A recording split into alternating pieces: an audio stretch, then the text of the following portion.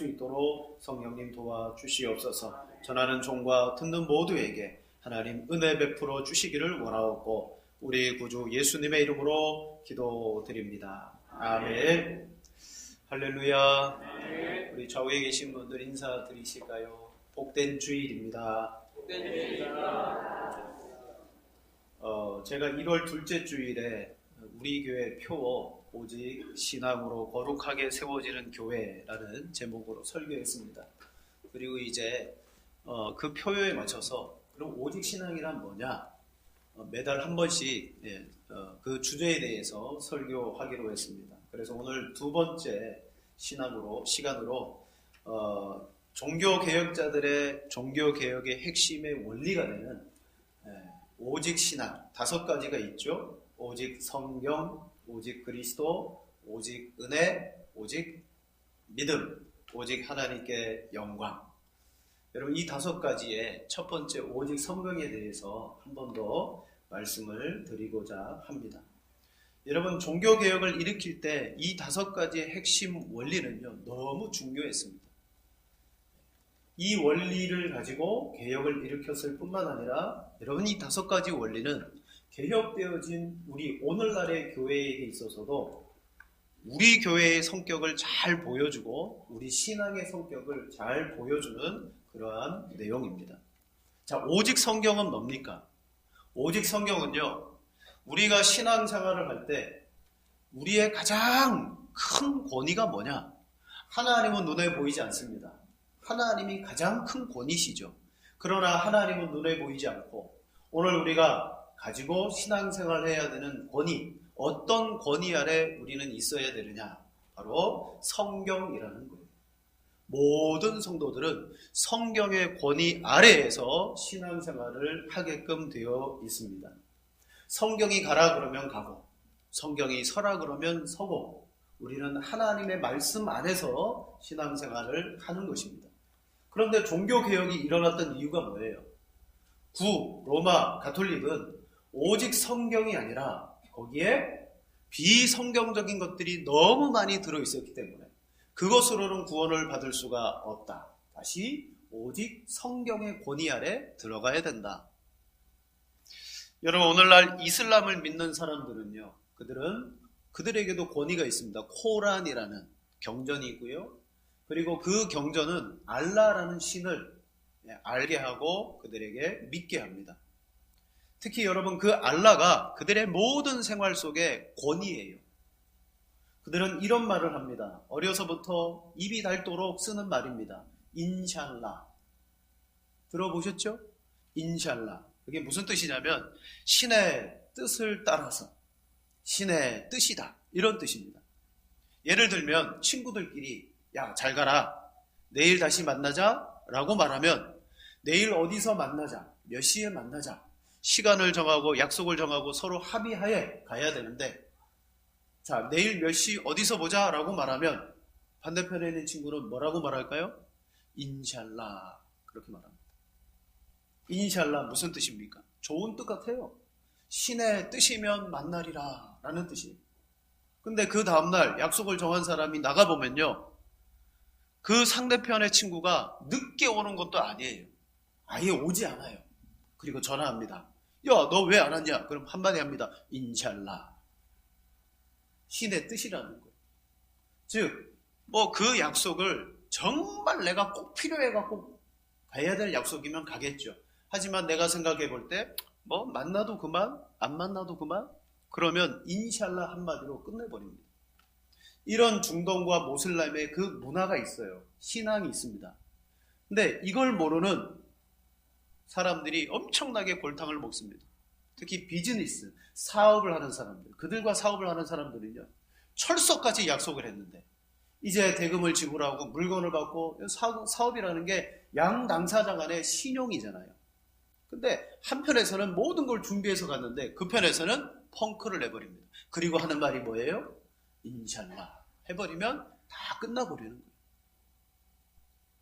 여러분 그들이 살아가는 그 인샬라 문화의 가장 큰 권위는 뭐예요? 신의 뜻이라는 거예요. 신의 뜻이면 다 통합니다. 이게 무슬림들의 신앙이고 생활입니다. 그들의 삶을 좌지우지하는 권위가 신령도 아니고 약속도 아니고 그들이 믿고 있는 그 알라라는 신에 대한 어떤 권위. 여러분, 하나님을 믿지 않는 사람들에게도 권위가 있습니다. 어떤 사람에게는 돈이 최고의 권위가 되기도 하고요. 명예나 권력이 최고의 권위가 되기도 해요. 그래서 사람들은요, 그 권위가 있으면 그 권위에 복종하고 충성하고 목숨도 걸 수가 있는 겁니다. 오늘 우리 신자들, 즉 그리스도 안에서의 참된 성도들은요, 첫 번째로 성경이 우리의 최고의 권위라는 사실을 여러분 믿으셔야 됩니다. 그리고 그걸 알고 신앙생활 하셔야 돼요. 우리의 최고의 권위는 뭐냐? 성경이라는 거예요. 무슬림 사람들이 알라라는, 인샬라라는 그 권위 아래 살아가던 이상으로 신자는 성경의 권위 아래 복종하고 순종하며 살아가야 된다는 것입니다. 그래서 종교개혁자 존 칼빈이 말하기를 성경은 하나님께서 주신 말씀이기 때문에 하나님만큼 권위적이다. 이렇게 말했어요. 성경은 하나님이 주신 말씀이라.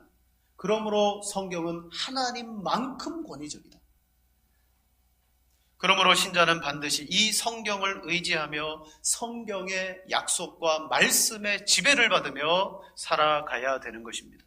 하지만 많은 사람들은 사람의 권위, 전통의 권위, 문화나 법, 세상의 법의 권위 아래에서 성경보다 세상과 사람들을 더 권위 있게 여기며 신앙생활하거나 따라가는 사람들이 참 많습니다.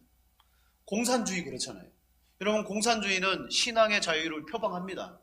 북한도 봉수대 교회가 있는데, 근데 그 실제 교회가 성경의 권위 아래 복음을 선포하고 예수 그리스도를 선포하는 교회가 맞을까요?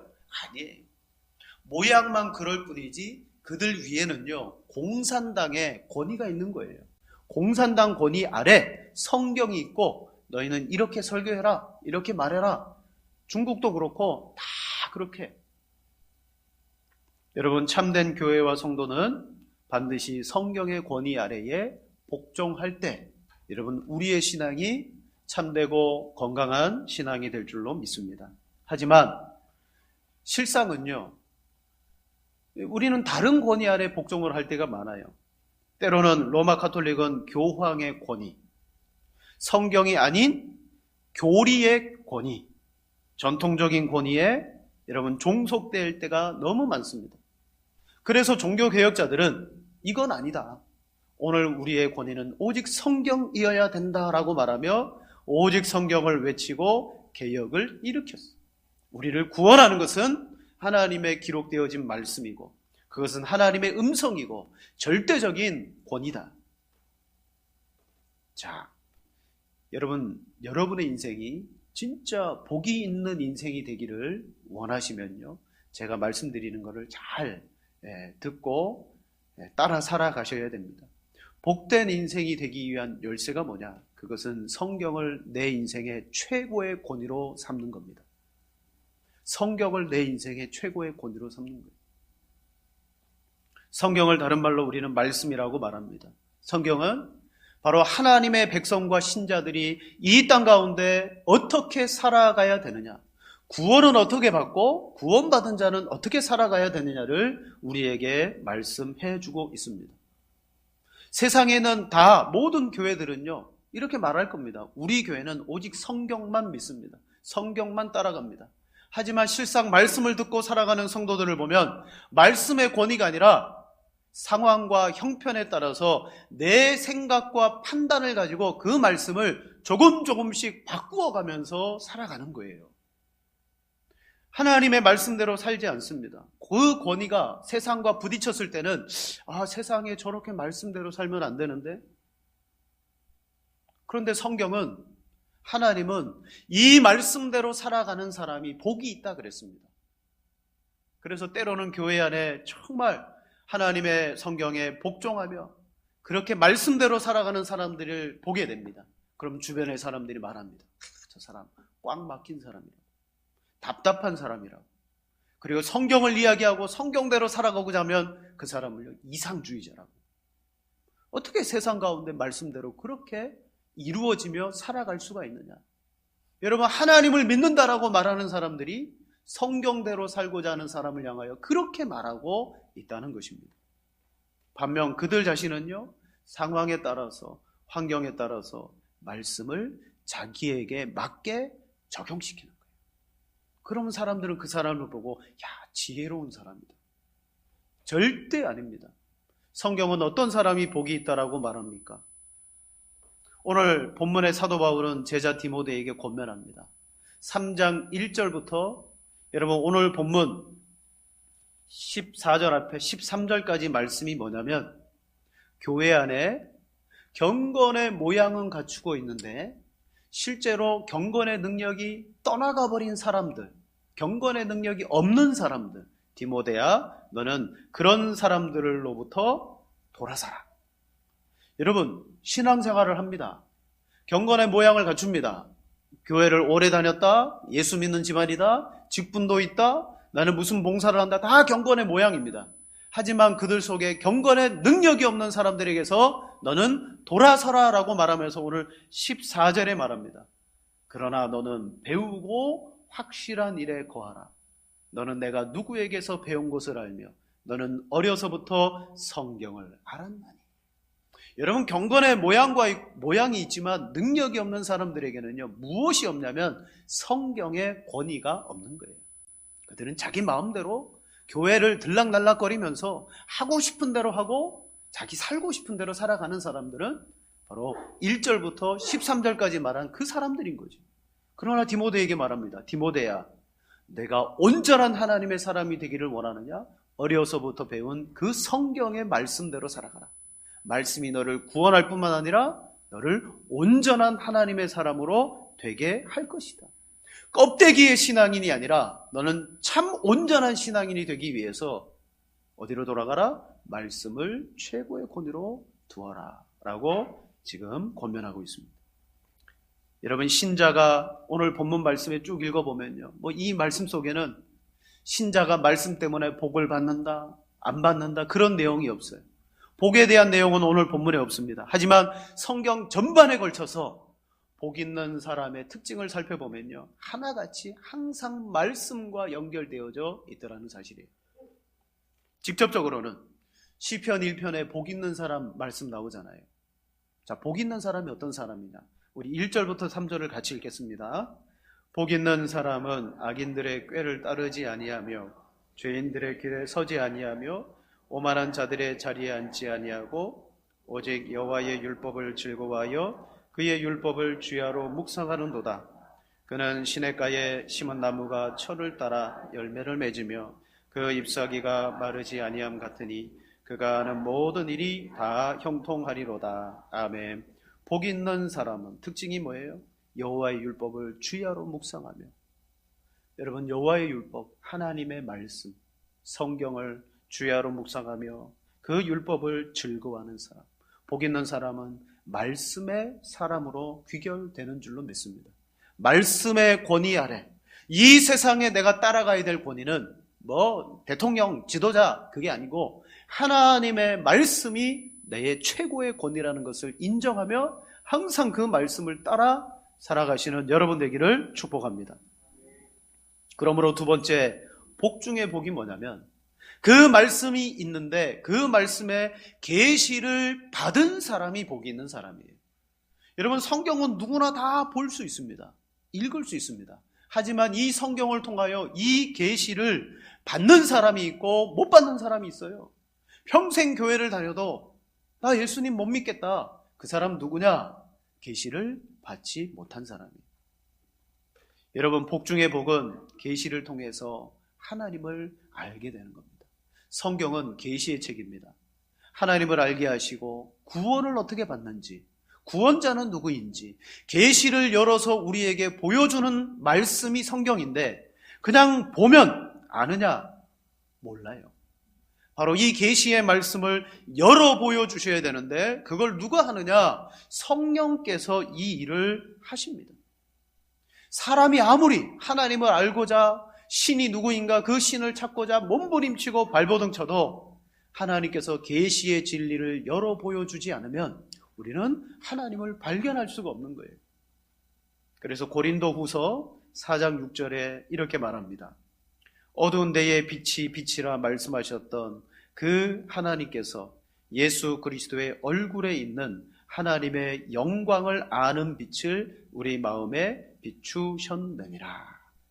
여러분, 어두움 가운데 빛이 있으라 말하니 그 말씀과 함께 온 세상이 환해지며 보이기 시작했던 것처럼 하나님은 예수 그리스도의 얼굴에 있는 예수님을 통한 그 영광을 아는 빛을 우리에게 비추셨다. 예수님을 통하여 하나님을 아는 빛을 우리에게 주셨다. 이게 계시인데, 계시의 최고의 정점이 뭐냐면 예수 그리스도입니다. 예수 그리스도. 지금 우리는 예수 그리스도가 곁에 계시지 않으니까 하나님의 계시의 말씀인 성경을 통하여 하나님의 영광에 아는 빛을 말씀을 통해서 우리는 계시를 받는 것이고, 자, 대표적인 예가 뭐예요? 마태복음 16장에 예수님이 제자들에게 묻습니다. 너희는 나를 누구라 하느냐? 베드로가 답하기를 주는 그리스도시요 살아계신 하나님의 아들이십니다. 예수님이 깜짝 놀라면서 말씀합니다. 바요나 시모나 내가 복이 있도다. 이를 내게 알게 한 이는 혈육이 아니요 하늘에 계신 내 아버지시니라. 여러분, 그 시대 사람들 가운데 예수님을 뚫어져라 쳐다보고 계속 예수님의 말씀을 들었지만, 저분은 새로 오시는 엘리야인가 보다. 저분은 하나님이 보내주시는 또 다른 종 모세인가 보다. 막 그렇게 생각하는 거예요. 하지만 베드로는 예수님을 딱 보고 주는 그리스도십니다. 살아계신 하나님의 아들이십니다. 그의 계시가 열려서 예수님이 누구인지를 보게 되었는데 어떻게 봤다? 바로 혈육이 아니다. 살아계신 하나님, 내 아버지가 너에게 그 계시를 열어서 보여주셨다. 그러므로 우리는 이 성경의 계시를 하나님이 열어서 보여주시는 사람마다 여러분 그 사람이 구원을 받는 거예요. 예수님이 내 죄를 위해서 진짜 죽으셨구나. 그 예수님은 정말 하나님의 아들이시구나. 말씀을 통하여 믿어지게 되고요. 그게 고백되어지는 게 뭐냐면 그 사람이 계시를 받은 거예요. 계시가 그 사람에게는 열려서 보여지고 믿어진 것입니다. 그러므로 여러분, 사람에게 성경이 꼭 필요해요. 우리 믿는 성도에게도 필요하지만 아직 예수님을 믿지 않는 성도들에게도, 사람에게도 성경이 꼭 필요한 이유가 뭡니까? 계시가 그 사람에게 임하면 구원이 열리고 구원을 받게 되고, 오늘 우리에게 계시가 열리면 예수님을 통하여 하나님이 어떤 분인지를 알아가며 신앙생활을 하는 것입니다. 여러분, 세상에는 죄로 말미암아 타락한 사람들이 살아갑니다. 그런데 그 사람들 속에는요, 하나님에 대한 의식이 조금씩 남아있어요. 하나님에 대한 의식이 남아있어요. 그래서요, 그들은 성경을 몰라도 그들은 뭐 합니까? 절대절명의 순간에 딱 다다르면 신을 찾게 되어 있습니다. 그리고 평상시에도 고난과 어려움을 당할 때 신이 있으면 좋겠다. 그래서 하나님에 대한 그 희미한 의식을 가지고 뭘 찾습니까? 종교를 찾습니다. 기독교, 예수님을 찾는 게 아니고 다른 세상의 종교를 찾습니다. 어떤 사람은 자연으로 나아갑니다. 막 산과 들로 다니면서 그 자연에서 신을 찾고요. 어떤 사람은 세계에 만들어진 그 큰 종교들을 찾기도 하고, 어떤 사람은 막 이렇게 신을 찾다 보면 하나님이 아닌 엉뚱한 것들을 다 섬기게 됩니다. 한편 바깥으로 신을 찾지 않으면 어떤 사람들은요, 명상을 합니다. 요가를 하거나 자기 내면의 빛을 찾거나 내면의 평화를 찾거나 그렇게 해서 찾아 들어가는 그런 사람도 있고요. 어떤 사람은 이성적인 철학을 통하여서 그런 하나님을, 그들이 신을 철학과 이성으로 막 사고하면서 찾아 들어가는 사람들도 있습니다. 하지만 사도 바울은 딱 잘라서 말합니다. 고린도전서 1장 21절에 하나님의 지혜에 있어서는 이 세상이 자기 지혜로 하나님을 알지 못한다라고 말해요. 아무리 세상에 똑똑한 사람도 자기의 지혜를 가지고는 하나님을 알지 못한다. 그러므로 고린도전서 2장 9절과 10절 말씀에 이렇게 말씀합니다. 두 절을 같이 읽겠습니다. 기록된 바 하나님이 자기를 사랑하는 자들을 위하여 예비하신 모든 것은 눈으로 보지 못하고 귀로 듣지 못하고 사람의 마음으로 생각하지 못하였다 함과 같으니라. 오직 하나님이 성령으로 이것을 우리에게 보이셨으니 성령은 모든 것 곧 하나님의 깊은 것까지도 통달하시느니라. 아멘. 아무리 뛰어난 사람의 능력이 있다 할지라도 하나님을 알거나 구원의 길을 발견하거나 그 모든 것을 알 길이 전혀 없다는 거죠. 오직 성령을 통하여 오늘 우리에게 이 모든 것들을 알게 하셨다. 그게 계시입니다. 정리하자면 여러분, 우리가 하나님의 성품, 하나님의 능력, 그 무한하심, 하나님의 절대적인 자질, 그리고 하나님의 거룩하신 그 모든 자체는 우리가 가지고 있는 이성이나 직관으로는 알 수가 없도록 만들어 놓으셨습니다. 특히 죄의 상태에 빠져 있는 우리들은요, 우리의 직관, 감정, 종교심, 이성 다 죄로 물들었기 때문에 그것 가지고는 하나님을 알기가 불가능합니다. 그때 하나님이 어떻게 하셨습니까? 자신을 은혜로 우리에게 계시하시기를 기뻐하시는 거예요. 은혜로 자기 자신을 우리에게 계시하시기를 기뻐하셔요. 그 계시가 바로 이 완성되어진 성경을 통해서 하나님은 이런 분이구나. 구원은 이런 길 가운데 구원받는 것이구나. 여러분, 그 원리가 뭐냐면 이게 오직 성경이라는 거예요. 성경을 통하여 계시하고 지금도 성령 안에서 저와 여러분들에게 성경을 열어 보여주십니다. 여러분, 성경에 나타난 특별 계시는 매우 독특하고 명확한 목적을 가지고 있습니다. 앞서 말했듯이 하나님을 알게 하고 그 하나님 안에서 우리가 구원받게 하고 구원받은 성도가 하나님의 거룩한 성품을 닮아가며 우리를 자라가게 합니다. 그래서 성경은요, 우리 신앙생활에 처음부터 끝까지 우리의 최고의 권위가 되어져야 되는 것입니다. 그런데 마지막 세 번째, 성경을 통해서 인류의 역사를 보니까 인류의 역사는 어떤 역사냐? 말씀의 권위를 지키려고 하는 역사와 그 말씀을 찬탈하려고 하는 역사가 서로 싸우고 있더라는 거예요. 여러분, 인류의 역사는요, 하나님의 말씀을 지키려는 역사와 하나님의 말씀을 빼앗으려고 하는 역사가 지금도 계속된다는 거예요. 성경은 그 자체로 하나님의 말씀입니다. 예수님도 구약의 성경을 인용하면서 옛 성경에 이르렀으되 기록되었으되 그렇게 말하면서 예수님은 구약의 성경을 인용하여 자신을 나타내고 그 하나님의 일을 하면서 구약의 성경이 곧 하나님의 말씀이라는 것을 예수님이 인정하셨어요. 자, 인류 역사를 보시면 하나님은 우리에게 말씀하십니다. 그런데 사탄은 끊임없이 그 말씀을 우리로 하여금 부정하게 만듭니다. 결국 인간이 하나님의 말씀을 듣지 못하게 되므로 사탄과 함께 영원한 저주에 갇히도록 우리를 지금 그렇게 유혹하고 있습니다. 자, 성경은 인류의 시작과 동시에 사탄이 하고 있는 일을 보여주죠. 사탄이 하는 일은 무엇이었습니까? 제일 먼저 에덴 동산에 하와에게 찾아와 제일 먼저 운을 떼며 첫 마디 했던 것이 뭐냐면 하나님이 하신 말씀을 사탄이 왜곡해서 들려주는 거였어요. 여러분, 그것이었습니다. 아담과 하와에게 주신 복된 위치를 깨트려버리고 빼앗기 원했는데 그 방법은 하나님이 하신 말씀을 조금 비틀어서 하와와 아담에게 들려주는 것이었습니다. 처음부터 무서운 모습으로 아담과 하와에게 두려움과 공포를 심어주며 온 게 아니에요. 하나님의 말씀 같은데 약간 변형시켜서 못 알아듣도록, 그게 하나님의 말씀인 것처럼 착각을 불러일으키는 것입니다. 자, 창세기 3장 1절에 뱀이 이렇게 말하죠. 우리 같이 한번 읽겠습니다. 그런데 뱀은 여호와 하나님이 지으신 들짐승 중에 가장 강교하니라. 뱀이 여자에게 물어 이르되 하나님이 참으로 너희에게 동산 모든 나무의 열매를 먹지 말라 하시더냐. 아멘. 여러분, 눈치채셨죠? 뱀이 하고 있는 말과 하나님의 원래 주셨던 말씀이 무엇이 다른가? 동산 중앙에 있는 선악을 알게 하는 열매는 그건 먹지 말라 그런 거죠.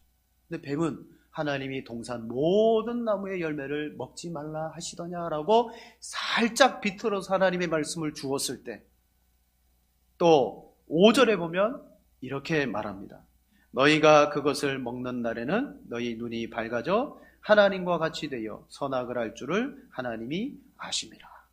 즉 처음에 말씀을 왜곡하여 우리에게 다 심어준 순간 뱀이 하는 말이 다 들려지고 막 믿어지기 시작하는 거예요. 여러분, 뱀은 하나님의 말씀을 왜곡해서 말씀에 대한 의심을 불러일으켰습니다. 그 결과 아담과 하와의 타락은 뭐냐면요, 말씀을 잃어버린 타락입니다. 말씀을 잃어버린 결과 순종할 수 없었고 그 결과 타락한 거예요. 자, 두 번째 아담인 예수님께서 공생애를 시작하시기 위해서 40일 금식하셨습니다. 그때 금식 후에 마귀가 나타나 예수님을 3번 시험했습니다.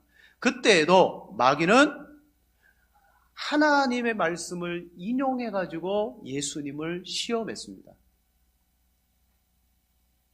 그때 예수님께서 마귀를 물리치신 방법은 다른 게 아닙니다.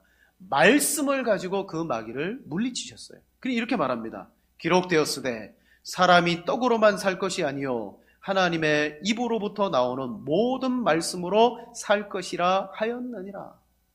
마귀는 오늘도 우리를 시험합니다.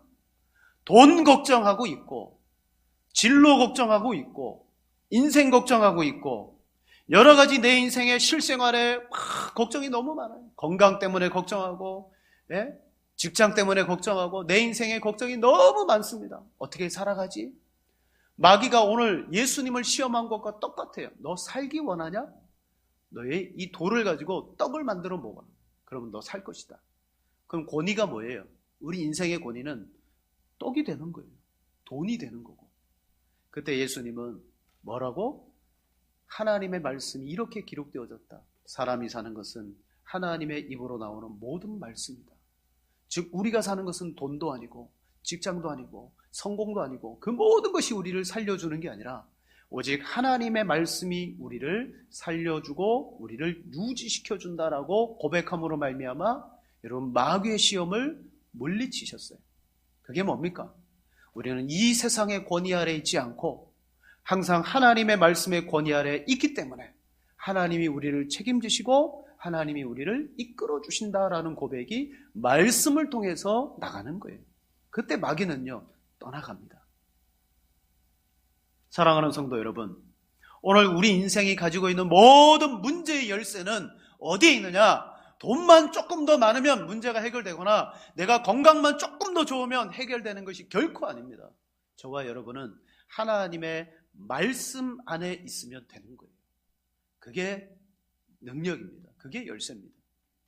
자, 태초에 에덴 동산에서 말씀을 빼앗으려고 했고 예수님이 이 땅에 오셨을 때 말씀으로 예수님을 무너뜨리려고 했습니다. 그러면 교회사 가운데 말씀을 빼앗으려고 했던 역사는 그럼 멈췄느냐? 아니요. 1517년 종교개혁이 일어났습니다. 오직 성경이다. 그때 가톨릭은 성경이 아니었습니다. 성경과 함께 교회가 그동안 쌓아놓은 전통을 같이 보았어요. 그래서 구원은 성경과 전통을 지킴으로 말미암아 구원을 받는다라고 이야기합니다. 그때 종교개혁자들은 아니다. 구원은 오직 성경이다. 그래서 여러분 오직 성경으로 일어난 이 종교개혁에 의한 반작용으로 이 로마 카톨릭에서요 1546년 트렌트 회의라는 그들만의 회의를 냈어요. 가톨릭 종교회의를 냈어요. 그때 뭐라고 그들이 결정을 내렸느냐? 이렇게 내렸습니다. 자, 성경뿐만 아니라 전통도 동등한 경건한 사랑과 존경으로 받아들이고 경외해야 한다라고 그들이 교회 회의에서요 정해버렸어요. 자, 성경이 아니고 성경과 함께 전통도 동등한 것으로 경외하고 사랑해야 된다. 여러분 이게 얼마나 무서운 거냐면요, 교회의 전통을 성경과 똑같은 권위를 가진 것으로 보았다는 거예요.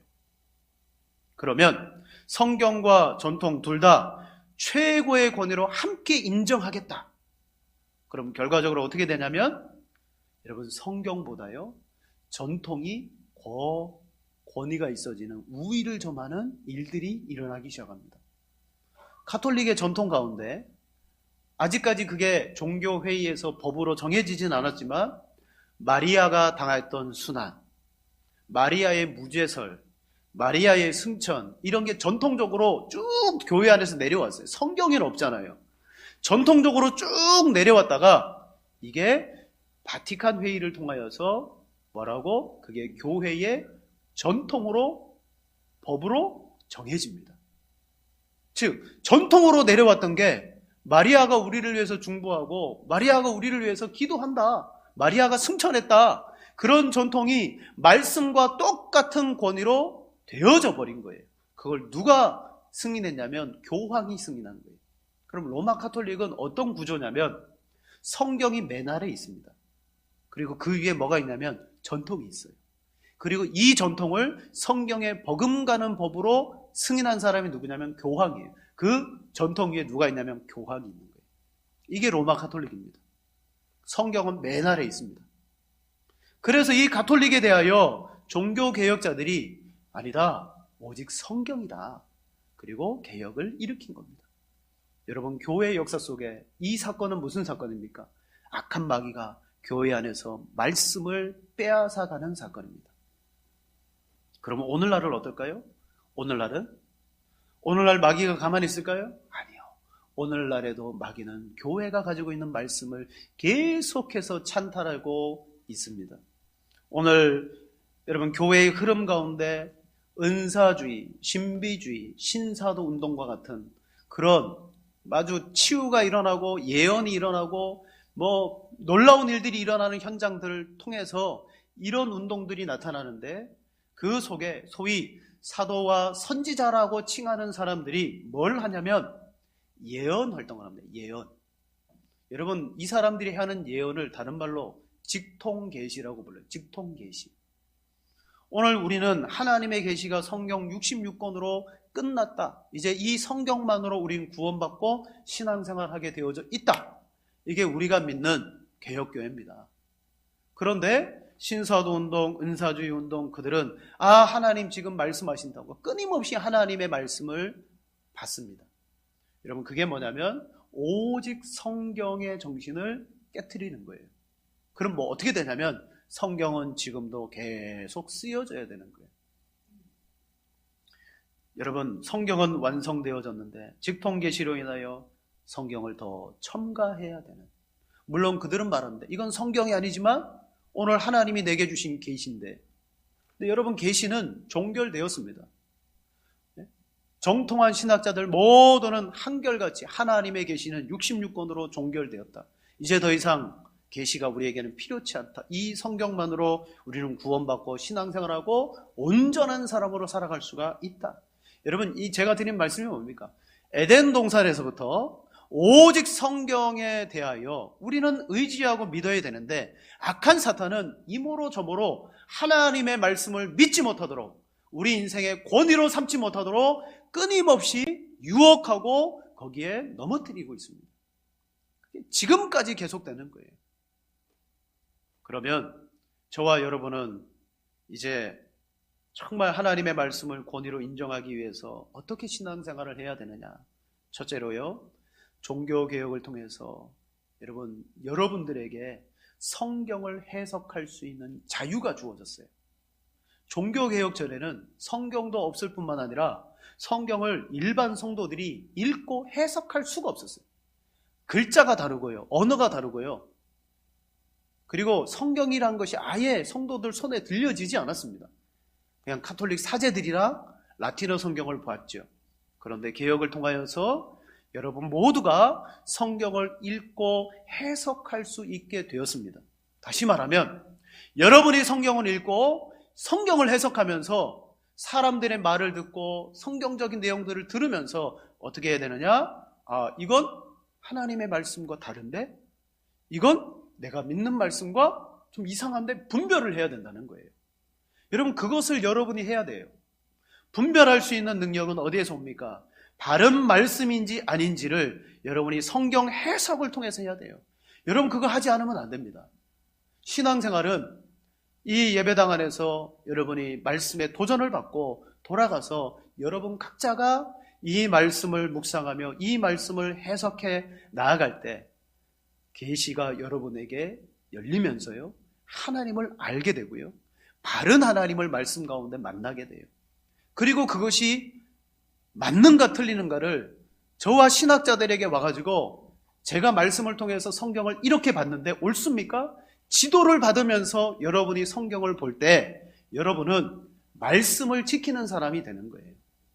여러분, 종교개혁을 통하여서 어떤 일이 벌어졌습니까? 마귀에게 빼앗긴 말씀을 여러분들에게 다 찾아준 거예요. 여러분의 말씀의 권위 아래 있어야 됩니다. 둘째는 여러분이 그 성경을 해석할 때 오직 성경이란 말은 어떤 의미가 들어있냐면 성경은 그 자신의 해석자다라는 뜻이 들어있습니다. 로마 카톨릭은요, 성경을 해석할 수 있는 것은 교황밖에 없다 그렇게 말하는데 아닙니다. 성경은요, 성경 자체가 해석합니다. 이 구절의 말씀에 대한 해석은 성경 어딘가에 반드시 함께 있습니다. 그걸 우리는 못 찾지요. 성령님께서 우리가 성경을 부지런히 읽고 그 물음에 대하여 답을 얻기 위해서 성경을 묵상하는 가운데 어떻게 되어지느냐? 그 답을 하나님이 알게 하시는 거예요. 성경이 성경으로 해석되어지면 그때 여러분이 누리게 되는 기쁨은요, 여러분 너무 큰 겁니다. 여러분 스스로가 말씀을 먹고 그 말씀의 해석을 바르게 알고 그 가운데 여러분이 느끼는 희열은 이게 신앙생활이구나. 그리고 그 말씀을 내 삶의 권위로 삼아서 실천하는 거예요. 여러분, 오늘날 많은 목회자들이 있습니다. 신학자들이 있습니다. 그들이 성경을 해석하겠지, 그들이 모든 것들을 다 하겠지. 아니요. 여러분이 정말 그 말씀의 맛을 보셔야 되는 거예요. 세 번째로는요, 그 성경의 권위와 말씀에 여러분은 순종할 수 있도록 끊임없이 기도하며 실천하며 나가야 되는 거예요. 여러분, 그게 있어야 돼요. 하나님의 말씀을 여러분 실천하는 사람. 마태복음 7장 2절에 말합니다. 누구든지 나의 이 말을 듣고 행하는 자는 그 집을 반석 위에 지은 지혜로운 사람 같으리니. 야고보서 1장 22절에도 말합니다. 너희는 말씀을 행하는 자가 되고 듣기만 하여 자신을 속이는 자가 되지 말라.